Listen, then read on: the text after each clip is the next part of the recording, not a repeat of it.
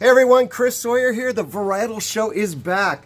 I am here with my great friend Adam Webb, and you know, there's some people that you make friends with in your life, and Adam is one of them. If you guys love rosé, this is a great rosé story. Adam came to me back just after he started this winery, Cochon, and this is the Cochon Tasting Bar right here in Sonoma. He came to me when I was a sommelier at the lodge at Sonoma, right after he released his first vintage of rosé. And I tasted it. It was amazing. And I was like, oh man, old vine, what does that mean? Yeah, like to you. And because a lot of people say, yeah, if it was like made before the Korean War, it's old vine, you know.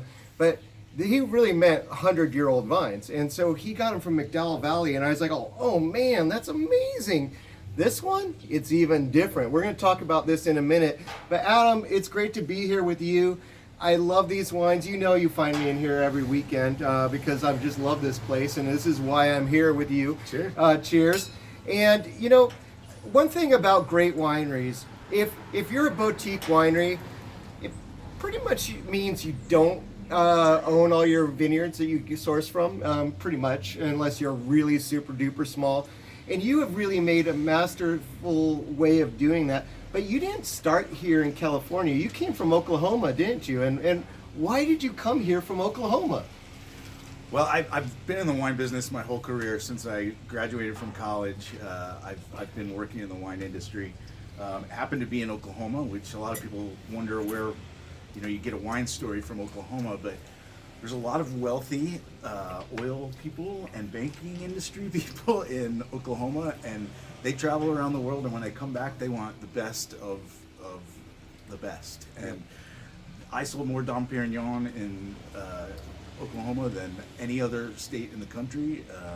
We just had incredible wine lovers that focused in on things that we were doing, and I had a great chance there to work with all kinds of California vineyards, and I was actually spending almost as much time in California as I was in Oklahoma, because I was coming here, buying wines for the state, but like about every 6 weeks I was in California and bringing back the best of the new vineyards from all over the state. So it was a really fun job, but I started feeling like I was going home when I was coming here versus going home when I was going back to Oklahoma. So I knew it was about time to make the change. So I moved here and originally started working for an importer, importing from all over the world, and traveling to do that. And I guess if you've kind of done every job in the wine business, eventually you make your own. Absolutely. And speaking of which, you got to make some friends once you get here. So this is from the Dutton Ranch. This is a Pinot Blanc, Cochon's new release. This hasn't even been released yet. This is a 2023. And it's from the shop block. A shop block usually means exactly where you park the tractors is nearby there. And this is an amazing Pinot Blanc. This is one of my favorites in America, as well as this rosé, which is, I think, one of the greatest of America. But this is a really special offering. If you really think about Pinot Blanc, a lot of people know Pinot Grigio. It is related to Pinot Grigio, as they are both like the babies of Pinot Noir. That's why it starts with Pinot. But Pinot Blanc, we know it from Alsace and Alta Adige and some of the great regions of Europe. But really, this is a special one. What got you in with the Dutton family? Well, in 2018, we were moving from Napa to Sonoma County, winery and tasting room, moving over here to the Sonoma Plaza, which we love being here. And that year, I started getting feedback from lots of people that if you're going to be in Sonoma County, you've got to get in the Pinot Noir and Chardonnay business. Yeah. And I'd always kind of resisted that because I just always loved buying great Chardonnay and Pinot Noir from other friends and producers that make it. And I kind of thought, I'll leave that to them, and I'll do the Rhones and the Spanish varietals and other things. But coming to Sonoma County, it just felt like the right thing to do. So we started a partnership with the Dutton family in 2018 to make wines from 3 of their vineyards. We now work with 5, but it has been just a wonderful relationship. They do what they do, we do what we do. It's kind of 2 separate things, but it's a great togetherness for when the two mesh. Great vineyards with unique winemaking style. Yeah, so. And so once again, this is Dutton family. This is the great farming family of Sonoma County. Not the Duttons on Yellowstone, but if you want to buy a bunch of this, sure it is, of course. It's amazing wine, and I mean, I just tasted the new vintage with you this morning, and man, this is so great. It's so crisp. This is like the definition of what a crisp wine is. It's dry on the finish, but it fills the mouth with tons of these great like white peaches and melons. And I always like to say this wine reminds me of like when you go to a really sophisticated sushi dinner and you know you're spending some good money on this raw fish and everything. Remember when we didn't eat raw fish, everyone? It's like a big deal now, but you don't want to overwhelm that dish with the wine. You know, you don't want a big buttery oaky Chardonnay. It just doesn't work unless you got a big fatty fish like monkfish or something like that. But this one, I just think about it as being like springtime inside of a bottle, you know? Yeah. And sometimes these varieties, especially Pinot Blanc, can be quite actually a little bit waxy almost. This is all about freshness, and this is all about dryness and a crispness on that finish. And I think it's fantastic. Yeah, I'm having fun drinking it as well. And you know, this area where this comes from, the Green Valley of Russian River Valley, it was mostly planted to apple orchards before grapes kind of took over the area. And the Dutton family, when Warren Dutton originally purchased this property, it was planted to French Colombard in this block. And there was lots of great Chardonnay. Shop Block, for me, was reminiscent of one of the best Chardonnays I ever tasted. Is from Dutton Shop Block.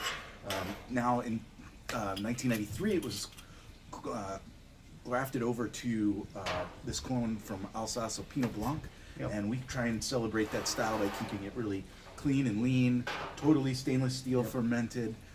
It gets bottled just as soon as we can capture that freshness, and that's why we're doing the 23 right now. Absolutely.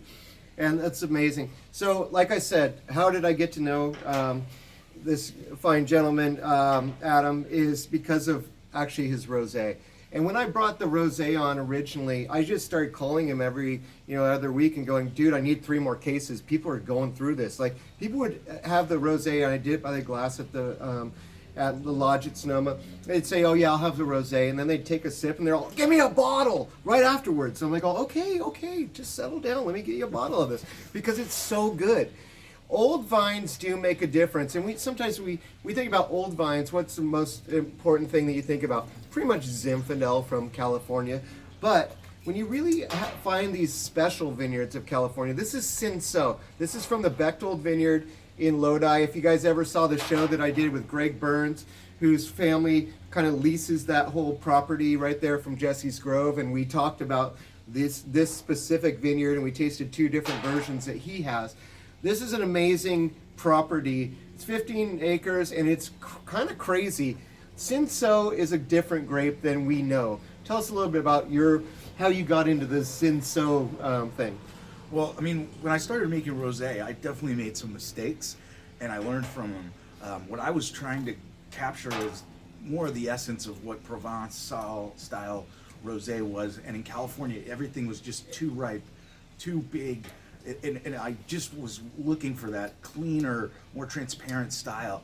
So what I discovered early was that the young vine fruit was just way too exuberant. Those vines were putting out way too much fruit character. Then I started playing with some older vine fruit, and I noticed much more of that transparency and more clean, brighter, more focused flavors. And I was really excited about not only the flavors, but the aromatic profile of the wine and how it reminded me much more of Provence when I used the older vines. And originally, we were making wines we were talking about earlier. We were making wines from Grenache Gris, which has a great, amazing pale color and really delicate profile. But all that Grenache, beautiful fruit too.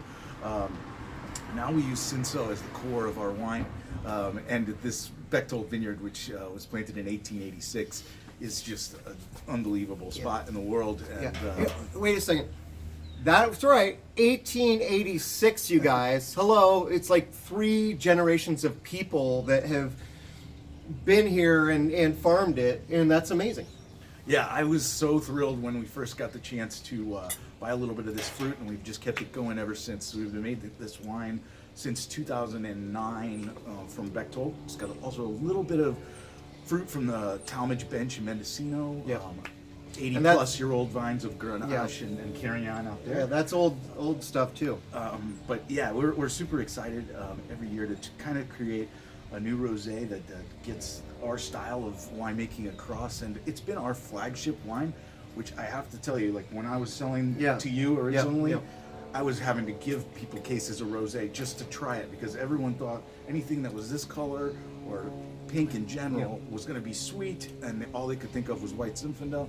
And we were making this bone dry, totally clean, amazingly flavored rosé, and people just had to try it. So I literally was giving cases to restaurants to just have them pour it. So it's a unique place that we've kind of come through, but it's always been our flagship wine. It's our largest production, and largest production, 285 cases, you guys. So that's the large production for a great boutique winery like you. I mean, that's amazing, and it is the one that you kind of can find every now and then by the glass in a restaurant.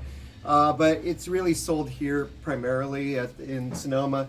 It's worth coming just for this wine. I always say that once you come here and you come for this wine and you taste all the other stuff, you're like, I still can't believe that you make all these wines. I mean, it blows me away, and it's like why our friendship is so great is I'm so proud of this guy, to be really honest.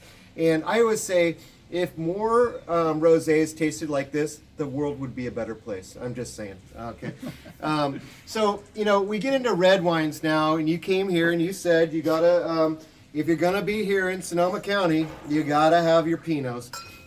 So this next one is from Russian River. It's from two different spots in the Dutton family's properties. Tell us a little bit about those two spots and about this wine and how this kind of became your kind of trademark one that you started with.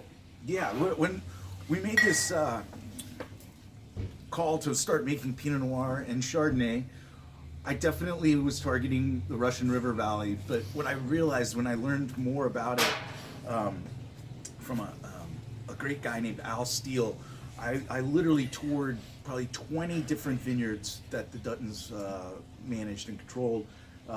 And what I started focusing in on was particularly the Green Valley of Russian River Valley. This very cool, low-lying kind of sub-region within the Russian River Valley that really makes a delineative, distinctive style of Pinot Noir. And within that, we also have this mix of clones, slightly different elevations, rises, fog, and wind gaps that bring in the fog from the Pacific. So there's all these different tiny little microclimates is the way that I'm saying that. But it was super exciting for me to work with this specific area. And so Les Sirenes for us, which means the Sirenes, kind of my calling to make Pinot Noir is what I refer that to.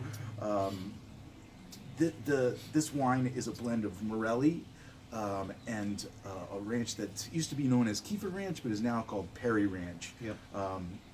Very unique Gold Ridge soils, well drained, and the clonal selection between these are wildly different. So for Morelli, we have 100% Swan clone, which is a selection of Pinot Noir. So many different clones over time evolved into this one selection that is so unique and so California to me, along with a few others. It just screams, this is California. But also that technique of doing that, came from Burgundy, and a lot of the traditions we have are based there. But I never apologize for being Californian, and our kiss of California sunshine on these wines. Yeah, well, but with that being said, it's 14.2% alcohol, and it's perfectly balanced. That's one thing that I feel like you've really done so much learning about Pinot Noir. It's not the easiest grape to make, to work with. It's actually the hardest of them all, you guys. Cabernet is the easiest one of them all. This one is very difficult because you've got different acid levels and different clones. And I really, this is one thing that I just saw for the first time, is that you actually put the clones on the back. And so it is Swan clone, which is actually a special selection. Clone 77, 777, and 114, which were the two that were brought in through Oregon State University, and the Pomard clone, which came from my school, which is UC Davis in 1950. So you've got 4 different selections that are kind of like a super, blend here, but they all have their characteristics, and they're from two different vineyards, which is just brilliant. Yeah. Well, Yeah. and I love talking about clones with Pinot Noir. I mean, I've always talked about them with Rhone wines, which we've been making much longer.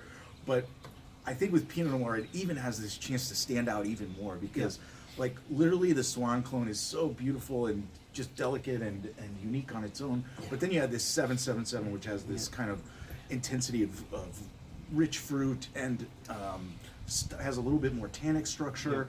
It's really a great standalone Pinot Noir clone, in my opinion. Then you have 114, which is very delicate, very floral, and then the Pommard, which is this like plummy, kind of rich. It's just naturally beautiful. It's you the guys. base. It's the note base. And you go up to Pinot Oregon, Noir. they all brought in, the Dijon clones, and what are they all growing now is Pommard because they should have been grown in the beginning. But but it's one of those clones that, like Pommard and Swan, that's really California. Like it really picks up here. It has different personalities depending on where you put the sites. And for the Perry site, it's really it's trapped in the fog.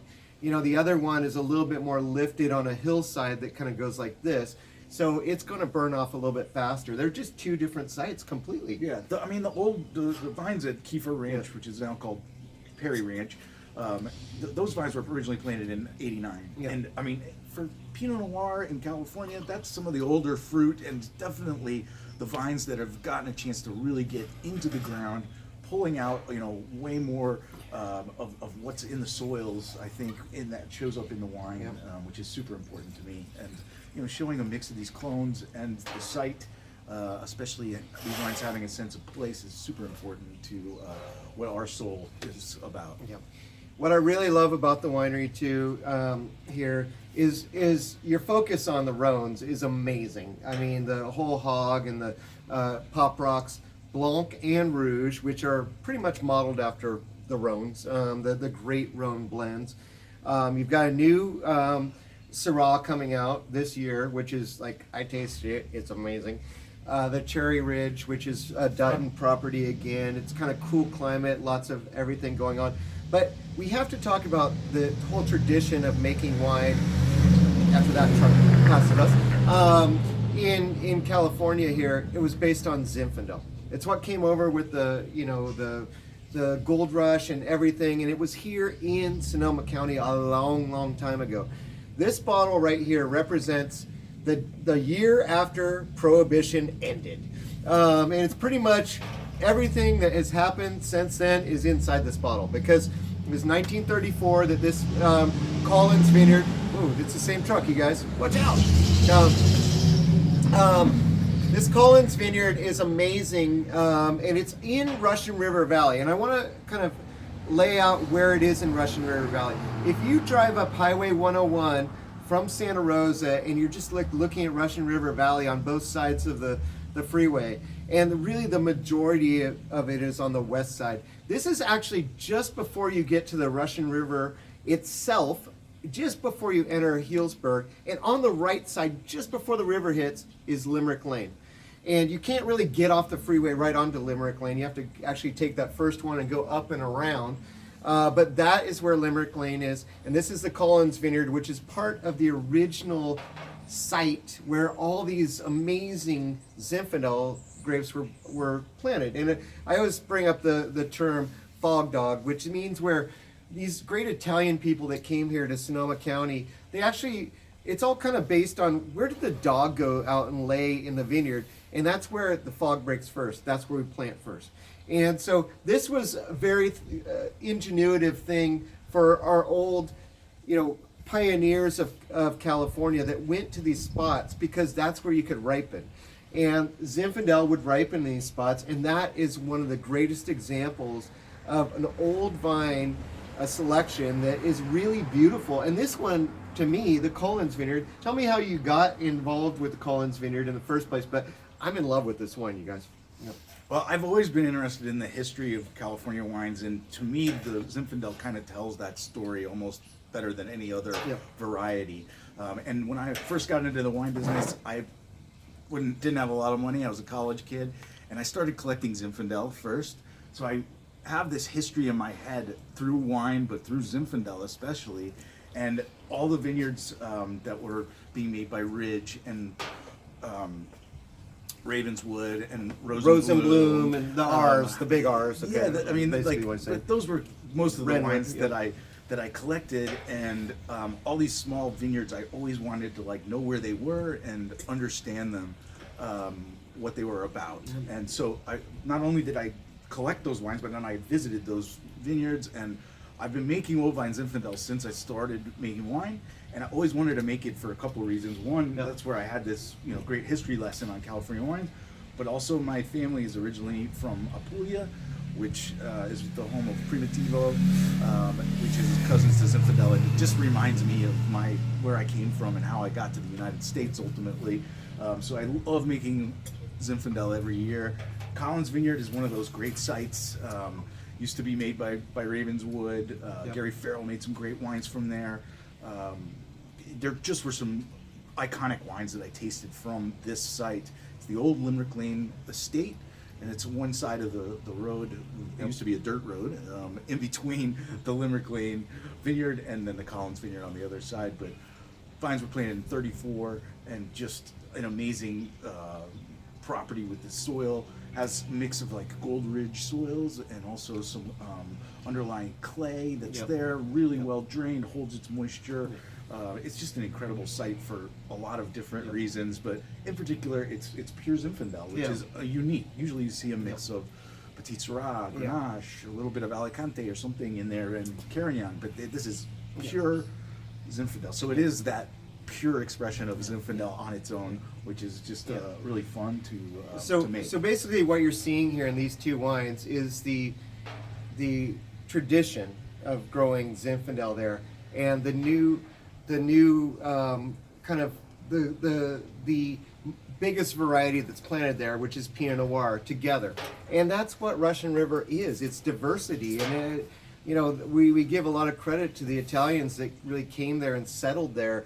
And these other kinds of families that came over from Europe that were really looking at properties where they could grow fruit trees and things like that. If you can grow fruit trees there, you could probably grow grapes. It's just finding the right variety to grow there that really works with the soils and the climate conditions. And I feel like this is really the tradition of California right here. There's no doubt. And this is definitely where California is going in the cool climate areas. And Russian River has both. Isn't that amazing, you guys? And for me, these are my two favorite varieties, and you're watching the Varietal Show, so obviously I have a little bit of bias against these because I grew up in Russian River Valley, so I got to watch this be all that was planted, and this become what was the nouveau thing to plant. So it's pretty interesting, when I look back at my history and watching these old vines and playing in those old vines and yelling snake when no one could find each other when we were playing hide and go seek, because they were like these Mickey Mouse kind of things, like where Medusa's hair was like all over the place and you'd hide underneath there and you couldn't find anyone because they didn't really do the crops very well. But now today we're getting into this level. This is an amazing wine. The red fruit on this wine, it is so pure as far as Zinfandel is concerned. The nose on this is absolutely brilliant. It's one of the best noses I've ever smelled, I swear to God, on a Zinfandel. And it's been a little while since we opened this up too, and it's even smelling better, you guys. This is so floral, it's so pretty. It just really, everyone thinks, okay, Zinfandel, let's do hamburgers, let's do hot dogs, let's do anything barbecue. Oh no, this is more like elegance and sophistication. You could do anything you want with this wine. It's really great because it's got great acidity, and you really got that well. What was this vintage like? This is 2022 vintage. Yeah, it was a good vintage for a lot of different reasons. I mean, we had a long growing season, which is always nice. We didn't have smoke, no fires. There was a lot of blessings to be had in 22. For sure. And the style of wine that I make with Zinfandel is different than I think a lot of other people who kind of push it to a ripeness level that I think is a little over the top. I like my Italian side of me. I like a more balanced wine, but I love the fruit. I want the fruit, and my Italian family from Apulia in Sicily, they were in the fruit business, you know. So I mean, getting really ripe fruit flavors is different than getting those kind of jammy overripe flavors. So I'm very delicate to like balance the fruit out and not go over extracted too ripe where it gets a little bit syrupy. You know, I don't want that. You know, so we're looking for balance and freshness and liveliness, and like things you're mentioning are things about wines that I love. You know, that they have a delicate balance, but they don't, you know, take you over the top and they don't overpower. So. Yeah, this is like the old classic things that, you know, the people from Italy were drinking here in California. They saw the great promise of California, but this is the kind of style that they really liked, that was in balance, you know, that kind of had high acid like they were used to in Italy. And I think you really nailed it. And so the Italian culture is here. Obviously, Cochon is not Italian. It's actually French for the hog, not the pig, even though it does look like a pig. It's the hog.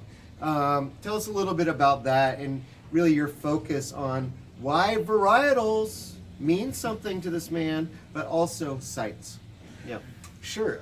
So the hog, the cochon, you know, has different meanings in French. Yeah. But the main one is that it's a pig, and it's a very celebratory, positive name for the pig. They love obviously everything from the pig. Yep. It's also, there is a side note, like a male chauvinist is also kind of known as a cochon in French. So there's two kind of main meanings. Don't use that reference, you guys. But anyway, for us, I made it a reference to the barrel program we developed with Rhone varietals originally, and then we've expanded it out to use for other things as well. But I really wanted to use these large French oak upright barrels that are called fauteurs to make our Chateauneuf de Pop styled wines, Northern Rhone styled wines in California. But just the footprint is just too big for the real estate market here. Like no one would let me. So I started going down to like a punch-in size, really hard to move around. You know, it's very difficult for me to handle on my own. I kind of settled on this size barrel. It's a 300-liter French oak barrel called hogshead. You could stack it, put it in racks, but everybody in wine just calls them hogs. So or hogshead. The hogshead, I think of the circumference of the top of the barrel is pretty much a hog versus a pig. You know, so like a pig is 25 cases. This is a more bigger circumference, but also less impression of the winemaker than it is the site. You know, so that's really what I love about your wine so much. And that's what I wanted with our barrel program, was it to not be about me getting involved, but to let the sense of place and the unique character of the vineyard come out, not cover it up with any big heavy layer of oak. And what happens with the hogsheads and that size that is kind of magical, especially with Rhone varietals to me, is that the barrel integrates into the wine so much better because of that surface area that Chris is talking about, and we get much more of the fruit and the sense of place than we do that barrel involving, you know, new oak on the wines, and also for wines that we age in neutral hogsheads, I notice just a whole different texture and mouthfeel that we get from that versus a smaller, more aggressive barrel. So the hogsheads do a lot for what I love to do, which is kind of create a European sense of winemaking sensibility to the wine, and never being apologetic for California fruit and sunshine. But I do like European wines, and that's where my palate was really trained, and that's what we try and bring a sense of that to the wines. And he's nailed it. So let me just say that. I didn't even do the Rhones in this one because that's a whole nother show, and we will do that show later this year, and I'm really looking forward to it. But you go in the bathroom here, it's a Chateauneuf de Pop map of the region of Chateauneuf de Pop. So there are a lot of things going on at this place. This is right downtown Sonoma, so easy to get to. These wines are, in my opinion, some of the greatest value wines you will ever get, that over-deliver and actually give you the sense of a place and a variety in every sip. I mean, come on.